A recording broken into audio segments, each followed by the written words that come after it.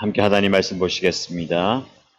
베드로전서 4장 12절에서부터 19절까지입니다. 베드로전서 4장 12절에서 19절까지 말씀을 함께 읽겠습니다. 사랑하는 여러분, 여러분을 시험하려고 시련의 불길이 여러분 가운데 일어나더라도 무슨 이상한 일이나 생긴 것처럼 놀라지 마십시오. 그만큼 여러분은 그리스도의 고난에 동참하는 것이니 기뻐하십시오. 그러면 그의 영광이 나타날 때에 여러분은 또한 기뻐 뛰며 즐거워하게 될 것입니다. 여러분이 그리스도의 이름으로 모욕을 당하면 복이 있습니다. 영광의 영, 곧 하나님의 영이 여러분 위에 머물러 계시기 때문입니다. 여러분 가운데 아무도 살인자나 도둑이나 악을 행하는 자나 남의 일을 간섭하는 자로서 고난을 당하는 일이 없도록 하십시오. 그러나 그리스도인으로서 고난을 당하면 부끄러워하지 말고 도리어 그 이름으로 하나님께 영광을 돌리십시오. 하나님의 집에서부터 심판을 시작할 때가 되었기 때문입니다.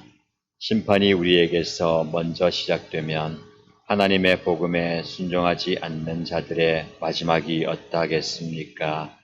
의인도 겨우 구원을 받으면 경건하지 않은 자와 죄인은 어떻게 되겠습니까? 그러므로 하나님의 뜻을 따라 고난을 받는 사람은 선한 일을 하면서 자기의 영혼을 신실하신 조물주께 맡기십시오. 아멘. 우리 함께 묵상하는 베드로 전서 말씀은 처음부터 끝까지 고난이라는 주제가 계속해서 흘러가고 있습니다.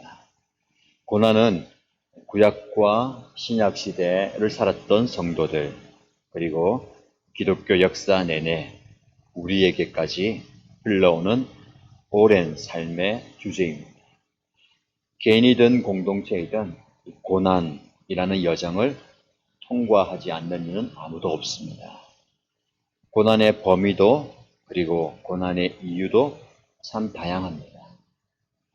때로는 이유도 알지 못하고 그런 고난을 경험하기도 합니다.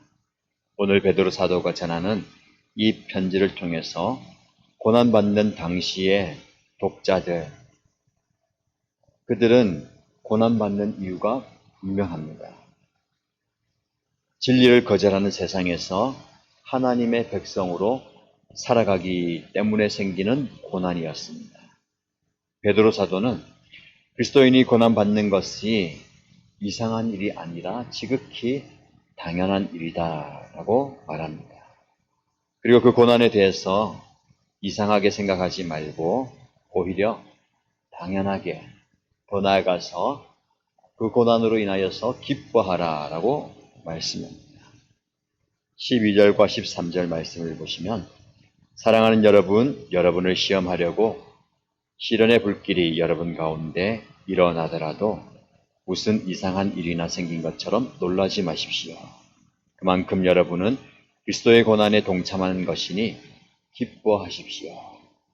그러면 그의 영광이 나타날 때에 여러분은 또한 기뻐 뛰며 즐거워하게 될 것입니다. 라고 말하고 있습니다. 여러분, 베드로 사도가 왜 고난 중에 기뻐하라 라고 말하고 있겠습니까? 이 말씀대로 고난 중에 기뻐하는 것이 가능할까요? 베드로가 말하는 고난을 오늘의 본문 세 번역에는 시련의 불길이라고 표현합니다.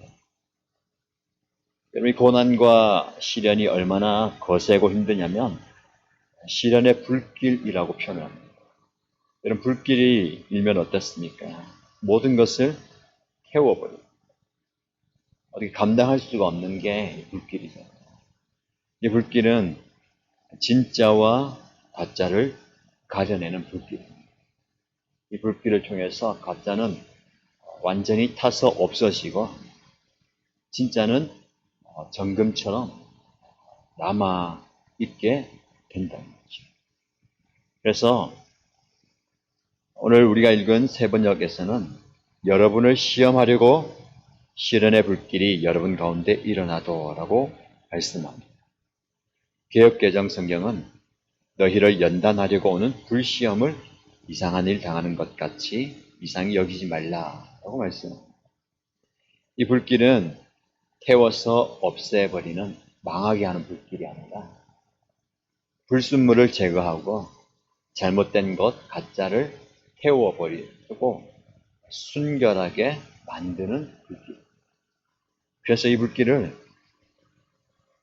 두려워하지 말고 이상하게 여기지 말고 그 불길 때문에 놀라지 말라라고 말씀합니다. 시련과 환난과 고난은 참 어려운 것이죠. 누구나 그것을 피해 가고 싶고 만약에 그것을 경험한다면 빨리 벗어나고 싶습니다. 그러나 그 안에는 하나님의 깊은 뜻이 있음을 믿으시기 바랍니다. 그래서 우리가 그 고난 중에 기뻐할 수 있습니다. 시편 50편 15절 말씀은 그리고 재난의 날에 나를 불러라. 내가 너를 구하여 줄 것이요 너는 나에게 영광을 돌리게 될 것이다. 여러분 재난날에 환난날에 하나님을 부르라라고 말씀합니다. 이 고난은 환난은 우리가 당하는 시련은 우리에게 유익이 되는데 유익이 된 이유는 바로 하나님을 깊이 만날 수 있는 자리이기 때문에 그렇습니다. 아니 고난이 없어도 환난이 없어도 우리가 하나님을 만날 수 있고 하나님을 예배하고 경험합니다. 그러나 힘들 때에 어려울 때에 우리는 마음 깊은 곳에서부터 하나님을 찾고 그 깊은 자리에서 하나님을 경험합니다. 그 마음을 예수님은 가난한 자의 마음이다 이거. 우리가 많은 것을 누리고 편안할 때에 그런 마음을 갖기 어렵습니다. 그러나 환난 때에 하나님을 부르는 하나님을 향해서 두 손을 높이 들 때는 정말 가난한 마음입니다. 여러분 지금 여러분이 그런 가난한 마음을 가지고 있습니다. 많은 것을 잃어버렸고 많은 것을 놓쳤다 생각하지만 더 귀한 우리의 하나님을 만날 수 있다면 잃어버린 것 손해보는 것보다 더 귀한 은혜를 경험할 수 있는 자리임을 믿으시기 바랍니다.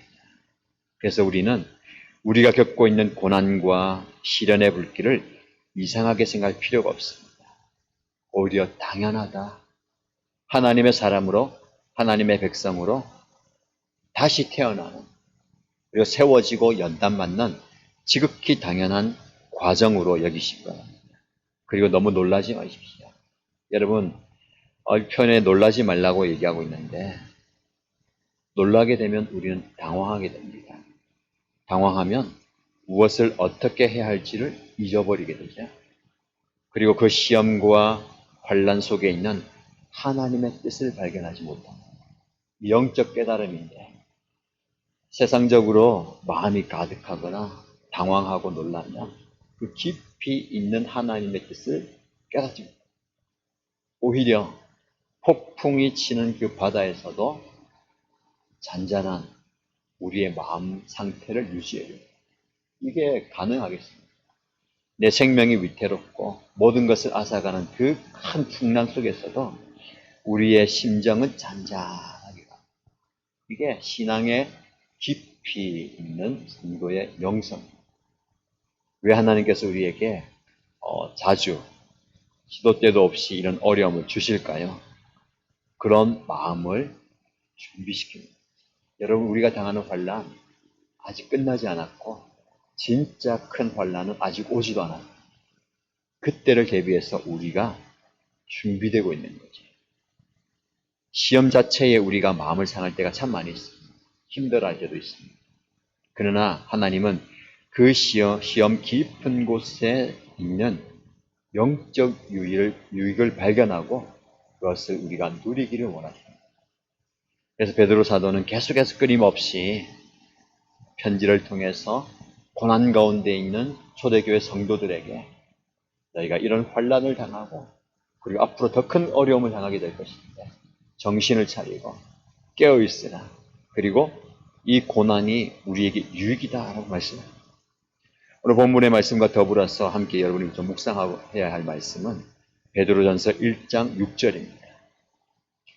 그러므로 여러분이 지금 잠시 동안 여러 가지 시련 속에서 어쩔 수 없이 슬픔을 당하게 되었다 하더라도 기뻐하십시오.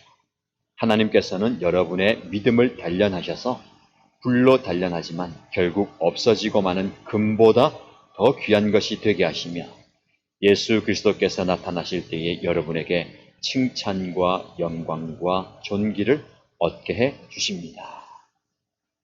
여러분, 고난을 통해서 하나님은 우리의 믿음을 단련시키십니다. 이 단련 과정을 통해서 저와 여러분들은 정금같이 나가는 믿음을 갖게 됩니다. 중요한 것은 믿음입니다. 이 고난을 우리가 다 당하지만, 모두가 고난을 당하지만 이 고난을 통해서 믿음을 잃어버리는 사람입니다. 하나 똑같은 고난을 당하지만 그 믿음이 더 커지고 믿음이 더 아름답게 세워지는 성도가 있습니다. 저와 여러분 어떻습니까? 부자가 되길 바랍니다. 하나님, 이 고난이 나에게 없으면 좋겠습니다. 제발 좀 이 고난을 좀 피할 수 있도록 그런 길을 주십시오라고 기도하는 것이 아닙니다. 하나님께서 저에게 주신 이 시련의 과정, 연단의 과정을 잘 이겨내서 저의 믿음이 정금같이 세워지길 원합니다. 이 기도가 저와 여러분의 기도의 제목이 되시길 바랍니다. 베드로전서 1장 6절 말씀을 조금 더 묵상하면 이 시련을 여러 가지 시련이라고 표현합니다. 한 가지 시련이 아닙니다. 엎친 데 덮친 격으로 우리가 고난과 어려움이 항상 여러 가지가 오지 않습니다. 이 과정을 잘 통과해야 합니다. 그런데 감사한 것은 이 여러 가지 시련이 지금 잠시 동안 당하는 고난이다라고 말씀합니다. 영원한 고난은 없습니다. 잠시죠. 그것을 잘 통과하면 우리의 믿음을 단련하셔서 불로 단련하지만 없어지지 않는 그런 정금 같은 믿음이 되게 하시고 결국 예수 그리스도께서 다시 오실 때에 우리가 칭찬과 영광과 존귀를 얻게 하신다라고 말씀합니다. 이런 성도님들 되시기를 주님의 이름으로 축복합니다. 우리가 고난을 묵상할 때에 한 가지 우리가 유의할 게 있습니다. 그것은 뭐냐면 예수님을 잘 믿기 위해서 신실하게 믿음을 지키기 위해서 당하는 그 박해와 조롱과 고난. 이 베드로 사도는 이 편지에서 그런 고난을 말씀하고 있습니다. 그런데 또 다른 고난이 있어요. 어려움이 있습니다. 그것은 나의 욕심과 이기적 욕망과 내 원하는 대로 살다가 당하게 되는 어려움. 그것은 다르다라고 얘기합니다. 예수님을 신실하게 믿기 위해서 믿음을 지켜나가기 위해서 당하는 고난과 내가 하나님 앞에서 내 마음대로 살다가 당하는 죄를 짓다가 겪게 되는 어려움하고는 다른 것이다라는 거죠. 15절 말씀에 이에 대해서 베드로는 이렇게 말씀합니다. 여러분 가운데에 아무도 살인자나 도둑이나 악을 행하는 자나 남의 일을 간섭하는 자로서 고난을 당하는 일이 없도록 하십시오. 즉 하나님과 사람 앞에 잘못해서 당하게 되는 그 어려움이 없도록 주의하라라는 말씀이죠. 이 두 가지를 잘 구별하십시오. 하나님을 신실하게 믿는 믿음을 지키기 위해서 당하는 고난. 그러나 내 이기적인 욕망과 욕심대로 살다가 당하게 되는 어려움. 그것을 고난이라고 부르지 말라는 겁니다. 우리가 이것을 잘 구별해야 되고 분별해야 됩니다.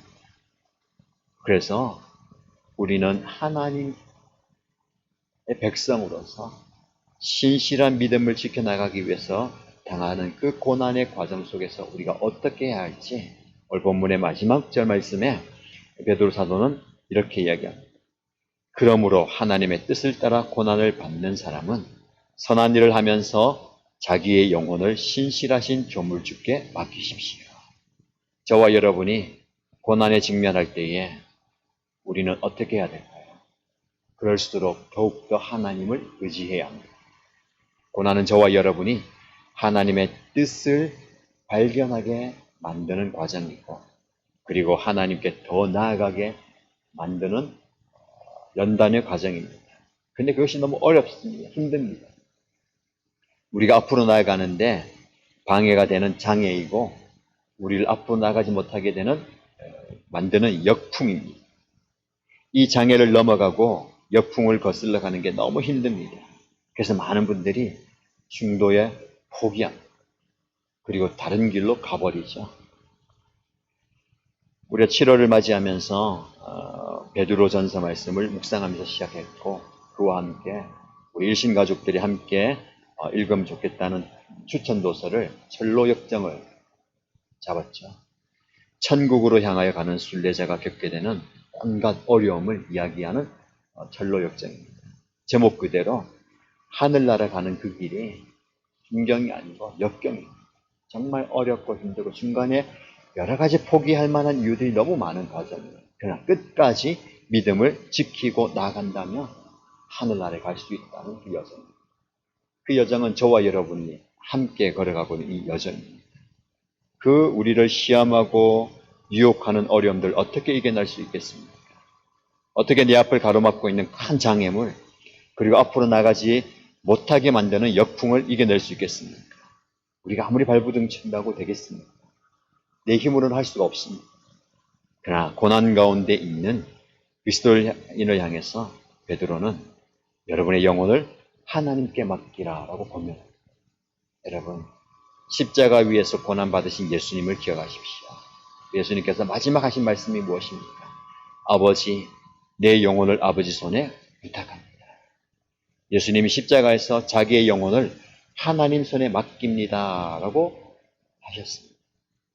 그렇게 맡긴다고 얘기한 그 단어가 오늘 본문의 말씀에 자기의 영혼을 신실하신 하나님께 맡기십시오에 사용된 단어와 같은 단어. 여러분, 예수님께서 저와 여러분을 대신해서 죽어주셨습니다. 십자가를 지셨어요. 그 길은 어느 누구도 흉내낼 수 없는 고난의 길이었어요. 그러나 그것을 감내할 수 있었던 이유는 하나님의 뜻이 분명히 그런 괴로운 길을 갈 수 있었던 이유는 하나님의 뜻이었어요. 그리고 하나님께서 예수 그리스도를 버리지 않으시고 함께 하시고 하나님 내 영혼을 하나님께 맡깁니다 라는 믿음의 기도를 드릴 수 있었던 이유는 하나님이 예수 그리스도를 붙들고 계신다는 그 믿음. 저와 여러분의 필요한 믿음이 이 믿음입니다. 하나님은 저와 여러분을 결코 외면하지 않으십니다. 버리지 않으십니다. 정말 고난의 깊은 구렁텅이에 빠져서 실망 가운데 있다 하더라도, 어느 누구 하나 나를 돌아보지 않는다 하더라도 여전히 하나님은 그 자리에 우리와 함께함을 믿습니다. 여러분의 삶의 자리에 하나님이 여전히 함께 하십니다. 그 하나님을 바라보는 게 믿음입니다. 그 하나님께 우리의 모든 것을 내어 맡기는 것이 믿음입니다. 우리가 신실하신 하나님께 우리의 모든 것을 오롯이 맡길 때에 우리는 이런 모습을 믿음이라고 부릅니다. 이 믿음을 소유하고 견지하는 저와 여러분 되시길 바랍니다. 이런 믿음을 하나님께 보여드릴 때에 우리는 이 믿음 가운데 고난을 이겨내고 앞으로 나아갈 수 있게 됩니다. 우리 함께 이 여정을 감사함으로 기뻐함으로 살아가십시다.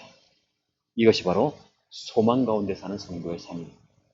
이 믿음과 소망을 가지고 살아가는 저와 여러분 되시기를 축복합니다. 기도하겠습니다. 살아계신 하나님 아버지, 오늘도 하나님의 말씀 앞에 겸손히 나왔습니다. 변함없이, 어김없이 오늘도 우리에게 찾아와 주시고 말씀으로 깨닫게 하시니 감사합니다. 우리가 당하는 이 고난의 자리, 빨리 벗어나고 싶고 빨리 피하고 싶은 자리지만 이 자리에서 하나님을 만나고 싶습니다. 하나님의 음성을 듣습니다. 하나님의 은혜를 듣습니다. 오늘 내게 찾아오는 고난이 모난 나를 다듬고 더욱더 하나님의 형상을 닮아가는 연단의 시간임을 기억하게 하시고 하나님 앞에 정금같이 서는 믿음을 구하오니 우리에게 허락하여 주옵소서. 나의 이기적인 욕심과 욕망 때문에 그리고 분별 없는 생각과 말과 행동 때문에 겪게 되는 어려움을 믿음 때문에 겪는 고난으로 치부하지 않게 하시고 나 자신을 돌아보면서 정결한 모습으로 사는 우리가 되게 하여 주옵소서. 오늘 우리 모두가 어려운 가운데 있지만 서로가 서로를 위해서 기도하며 서로를 위해서 손을 내밀어 줄 때에 힘들고 어려운 자리가, 눈물과 괴로움의 자리가 은혜의 현장이 되게 하여 주옵소서. 주님께서 나와 함께 하심을 믿고 끝까지 이 믿음을 지켜나가는 우리 모두가 되게 하여 주옵소서. 우리의 간절한 기도의 소원을 주 앞에 올려드릴 때에 하나님께서 다 들어주시고 응답하여 주옵소서. 오늘 우리와 동행하시고 앞으로 우리 모든 삶의 여정 가운데 친히 역사하여 주시고 인도하여 주옵소서. 모든 말씀 예수님의 이름으로 기도드립니다. 아멘.